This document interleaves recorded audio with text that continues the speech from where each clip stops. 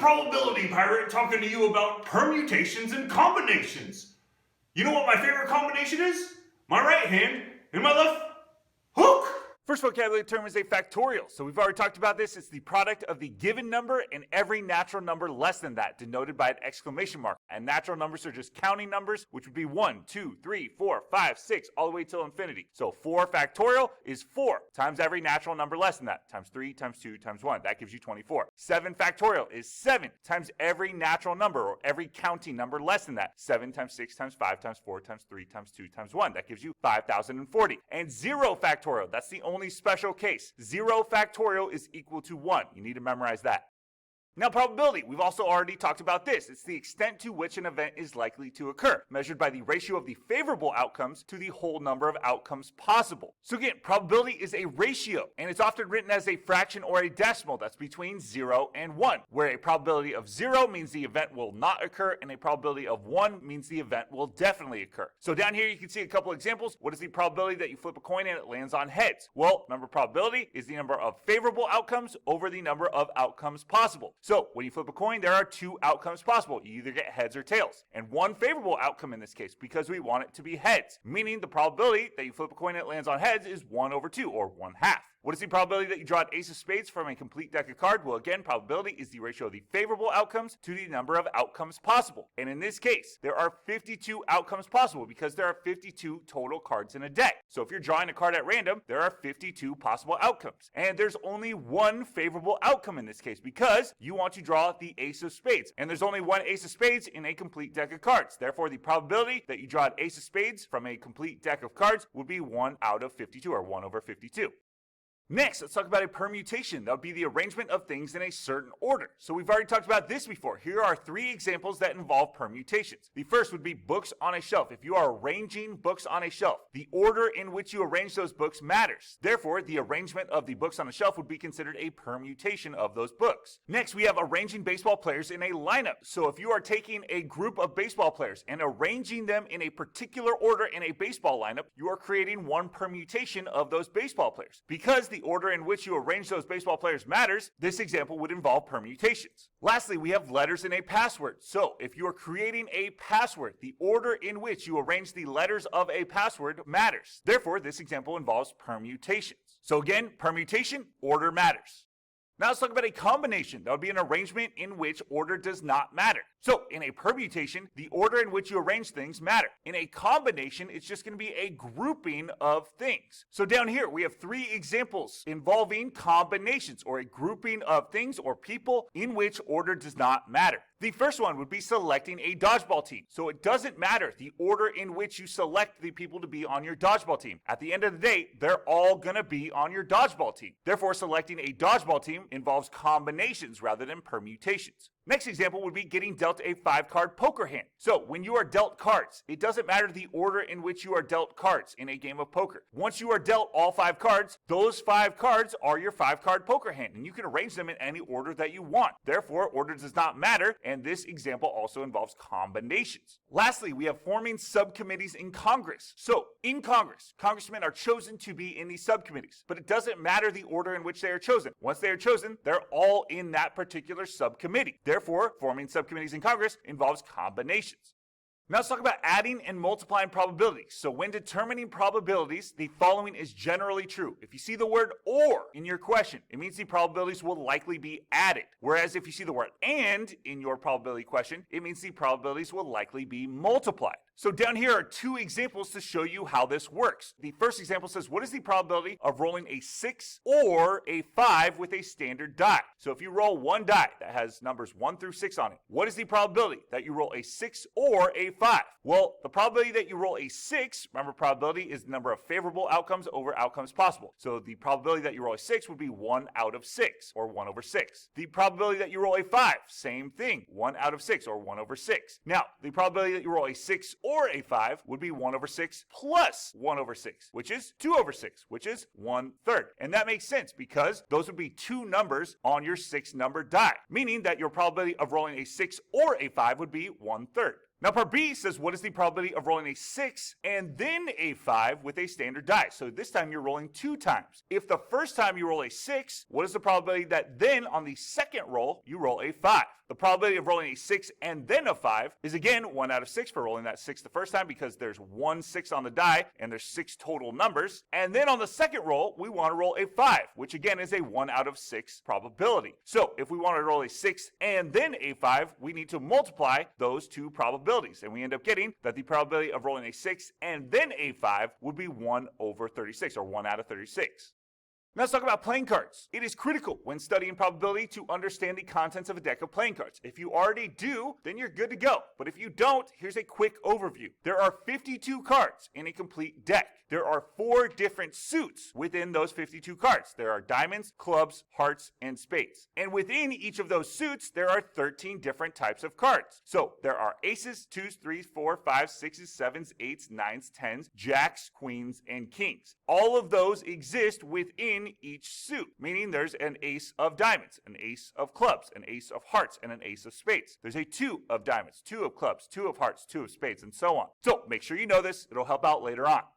Now let's talk about the counting formula for permutations. So this says the number of permutations of n items of a set arranged r items at a time is given by the formula NPR is equal to n factorial over the quantity n minus r factorial. So what this is saying is that if you have a large group of things, you have n number of things, and from that large group, you're going to select a smaller group, r number of those n things, and then arrange those r things in a particular order.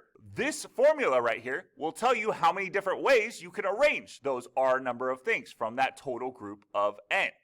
Now the counting formula for combinations says the number of combinations of n items of a set chosen r items at a time is given by the formula NCR is equal to n factorial over the quantity n minus r factorial times r factorial. Notice the only difference between the counting formula for combinations and the counting formula for permutations is this extra r factorial that's multiplied in our denominator. Now with the counting formula for permutations, we had a total group of n number of things and we were choosing r number of things, a smaller number of things from that larger group to arrange in a particular order. But for the counting formula for combinations, all we're doing is figuring out how many different ways we can group r number of things from our total n number of things. We're not arranging them in a particular order, we're just selecting groups. Therefore, if you want to determine that, you just use this formula right here. So to reiterate, the important distinction between permutations and combinations is that in permutations, order matters. In combinations, order does not matter. You guys know Captain Jack Sparrow? He's my brother! Can you tell? Example time! Now example 1 says evaluate each expression. So here we have 6p2. So we are using our formula, our counting formula for permutations. Remember that formula is n factorial over the quantity n minus r factorial, where 6 is our n and 2 is our r. So now all you have to do is just evaluate this. First we're going to subtract 6 minus 2, we get 4. Now we just expand the numerator and denominator and see what cancels out. So 6 factorial, remember, is 6 times all the natural numbers less than 6. 4 factorial is 4 times all the natural numbers less than 4. Now what cancels out? Well, the 4's cancel out, the 3's, 2's, and 1's. And we're just left with 6 times 5 in our numerator, which is 30. In our denominator, everything cancels out, which means there's just going to be a 1 left in our denominator. So it's 30 over 1, which is just 30. And you're done.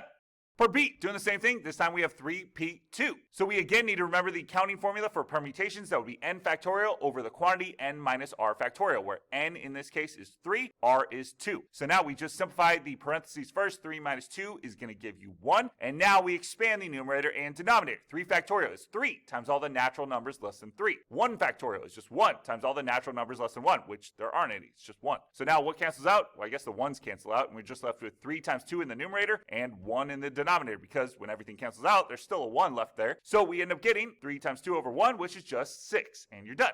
Part C, we have 5C3. So how do we evaluate this? Well, we use the counting formula for combinations, which is n factorial over the quantity n minus r factorial times r factorial, where 5 is our n in this case, and 3 is our r. So what I'm going to do is I'm going to first simplify inside the parentheses. 5 minus 3 is going to give me 2, and now I'm going to expand the numerator and denominator. 5 factorial is 5 times every natural number less than 5. 2 factorial is 2 times every natural number less than 2, and 3 factorial is 3 times every natural number less than 3. Now we just cancel out whatever we can cancel out. We cancel out the 3's, 2's, and 1's, and we're left with 5 times 4 in our numerator, which is 20, and we're left with 2 times 1 in our denominator, which is 2. And 20 over 2 simplifies to 10, and you're done.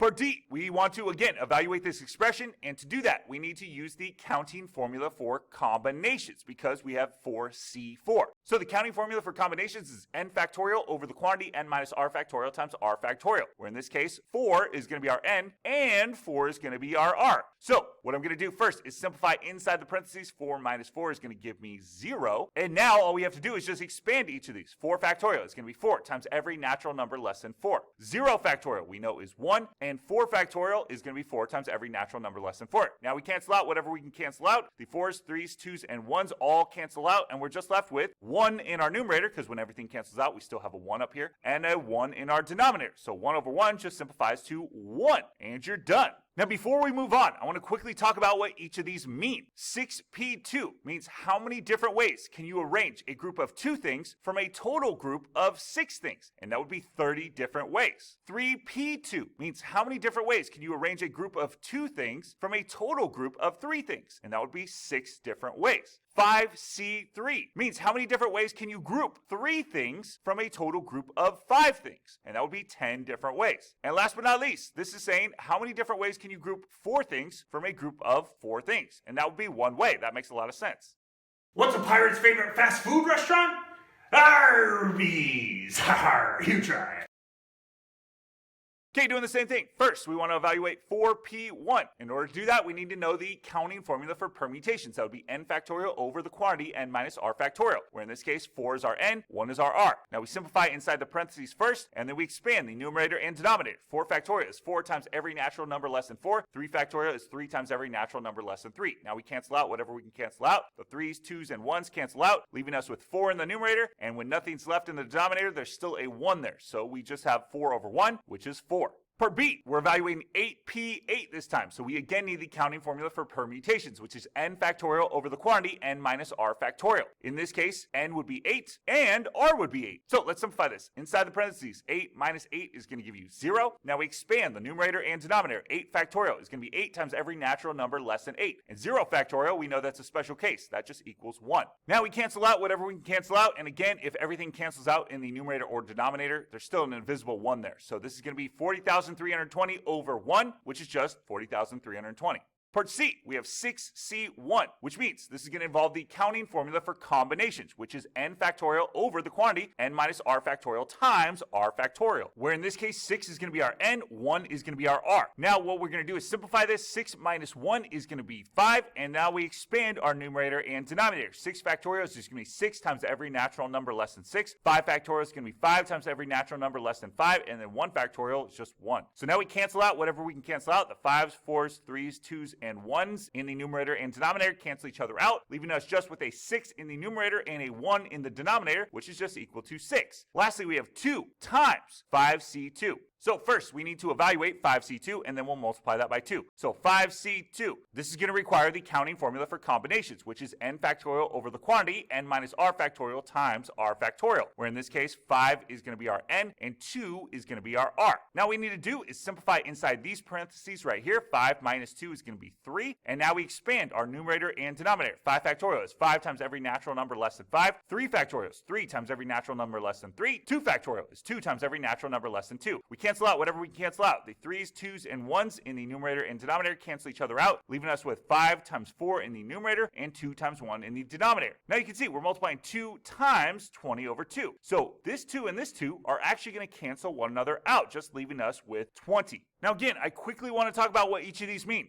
4p1 means how many different ways can you arrange one thing from a group of 4? And that would be 4 different ways. 8p8 means how many different ways can you arrange a group of 8 things from a total group of 8? And that would be 40,320 different ways. 6c1 means how many different ways can you group one thing from a group of 6? And that would be 6 different ways. That makes sense. And then 5c2 means how many different ways can you group 2 things from a total group of 5, and that would be 10 different ways. But then when we multiply that by 2, we get 20.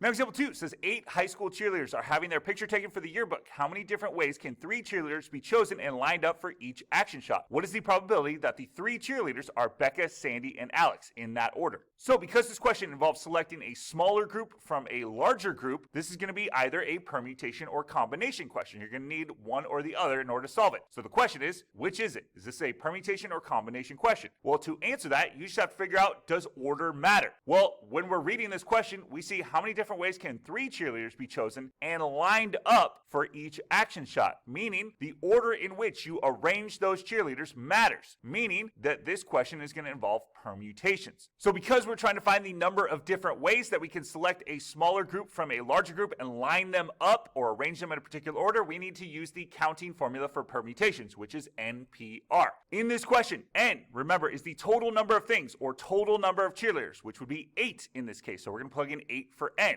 R would be how many cheerleaders we're selecting and arranging in a particular order from that total group of 8, which would be 3 in this case. So we're going to take 8, plug that in for N. We're going to take 3, plug that in for R. Now remember, the counting formula for permutations is going to be N factorial over the quantity N minus R factorial. Now all you have to do is just simplify inside the parentheses. 8 minus 3 is going to give you 5. Now there's 2 ways you can do this. One would be to do it exactly like we were doing. Expand the numerator, expand the denominator, cancel out whatever you can cancel out, and then simplify that way. Or maybe it's time for you to find the factorial in your calculator. If you have a smaller calculator, there's usually a PRB button that allows you to use the factorial. Or if you have a larger calculator like a TI-83 or above, if you press the math button and scroll over to prob or PROB, you can find the factorial option, which allows you to then press 8 and then factorial and then 5 factorial, divide those two quantities and get 336. Now don't just put 336. You need to answer the question, what does this mean? Well, this is saying that there are 336 possible ways for 8 cheerleaders to be chosen and lined up in a group of 3.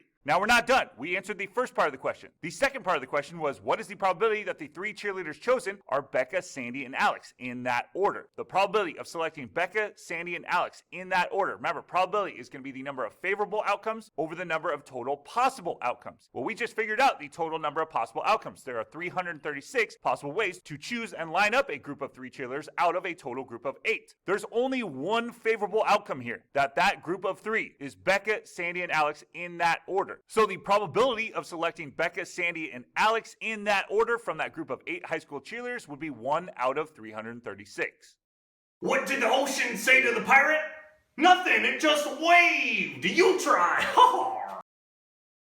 Okay, doing the same thing. This time it says 20 baseball players are on a high school freshman team. How many different ways can 9 players be chosen to complete a lineup? What is the probability that the coach chooses one specific lineup? Okay, so we again have a problem where we're selecting a smaller group from a larger group. When that happens, you're either going to use permutations or combinations. So the question is, which is it? The way you figure that out is you determine, does order matter? Well, in this case, we're selecting 9 players from a group of 20 players to arrange in a lineup. Now, in a lineup, the order does matter. Therefore, this question is going to involve permutations. So what we have to do to figure out how many different ways we can arrange 9 different players from a group of 20 players is use the counting formula for permutations. Now remember, that's NPR, where N is the total number of players. In this case, that would be 20 players, and R is going to be the number of players we're selecting from that 20 players to arrange in a lineup. So that would be 9 players in this case. So we're going to plug in 20 for N, 9 for R. Now remember, the counting formula for permutations is N factorial over the quantity N minus R factorial. First, we're going to simplify inside the parentheses. 20 minus 9 is going to give you 11. And in your calculator, you're now going to press 20 and then factorial, and then divide it by 11 and then factorial. Press enter or equals, and you end up getting 60,949,324,800. Now, don't just leave your answer like this. What did we just find? We found that there are 60,949,324,800 possible ways for 20 players to be arranged in a 9-person lineup. Now, we've answered the first part of the question, but we need to answer the second part of the question. What is the probability that the coach chooses one specific lineup? So the probability that the coach selects one specific lineup, remember, probability is the number of favorable outcomes over the number of total possible outcomes. And we just found the total number of possible outcomes. That's that 60 billion number. Well, there's only one favorable outcome, that the coach chooses one specific lineup. So the probability of selecting one specific lineup out of the 60 billion would be 1 out of that 60 billion number.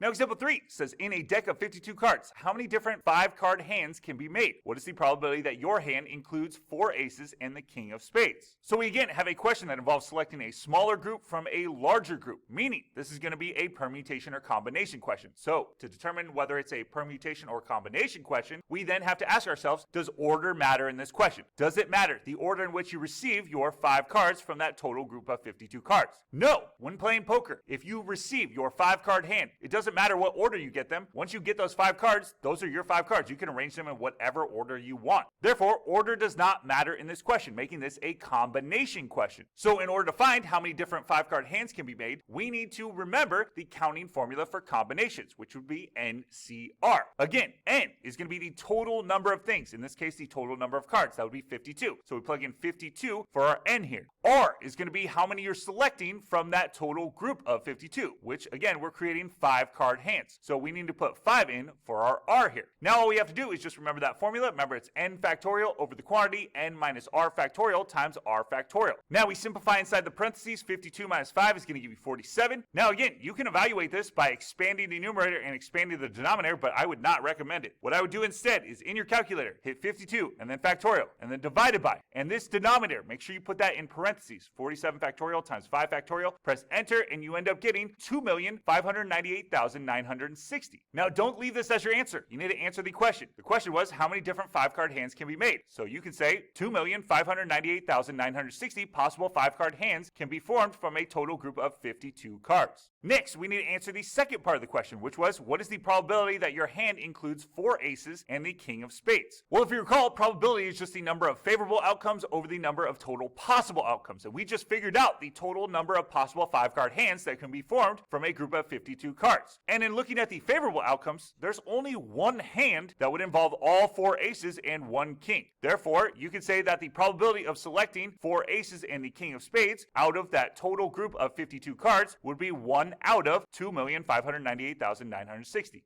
Why does it take a pirate so long to learn the alphabet? 'Cause he could spend years at sea. Har, you try.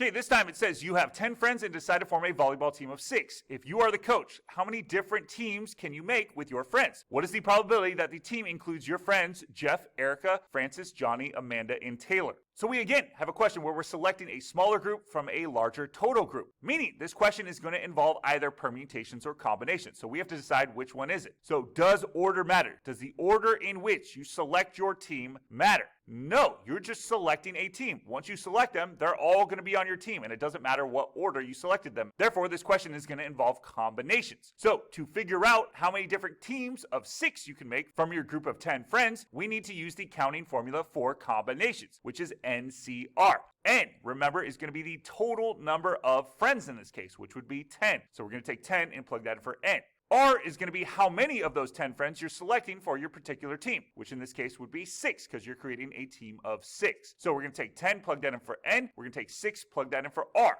Now all we have to do is just evaluate the counting formula for combinations. N factorial over the quantity N minus R factorial times R factorial. Down here, we simplify inside the parentheses. 10 minus 6 is going to give you 4. And in your calculator, you're going to enter 10 factorial and then divided by. And then make sure your denominator here is in parentheses. 4 factorial times 6 factorial. Press enter or equals and you end up getting 210.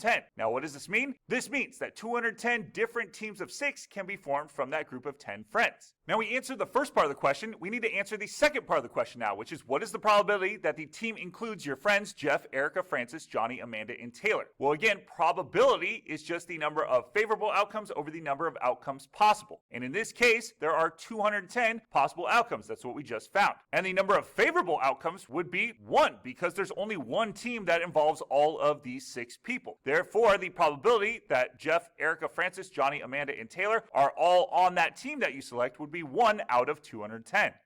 Now, example 4 says Algebra 2 is preparing for its final exam. In our class, we have 18 males and 12 females. How many groups of 2 males and 3 females can be formed? So we again have a question where we're selecting a smaller group from a larger group, but this time there's 2 different groups. There's males and females, and we're selecting smaller groups from both of those larger groups. So either way, this question is going to involve permutations or combinations. The question is, which is it? Well, does the order in which you select these people matter? No, it does not. Therefore, this is going to be a combination question. So now that we know we're using combinations, the next step would be to set up the counting formula for combinations. However, in this question, we have 2 separate groups. We have males and we have females. So we're actually going to have to set up the counting formula for combinations for both males and females. Let's start with the males. Remember, N is going to be your total number of things. In this case, total number of males, which would be 18. So we're going to take 18, plug that in for N. R would be how many you're selecting from that total group, which would be 2 in this case. So we take 18, plug that in for n, take 2, plug that in for R. Now remember the counting formula for combinations. That'd be n factorial over the quantity, n minus R factorial times R factorial. Now you simplify inside the parentheses, 18 minus 2 is going to give you 16, and in your calculator, you enter 18 factorial divided by, and then make sure your denominator's in parentheses, 16 factorial times 2 factorial, you end up getting 153.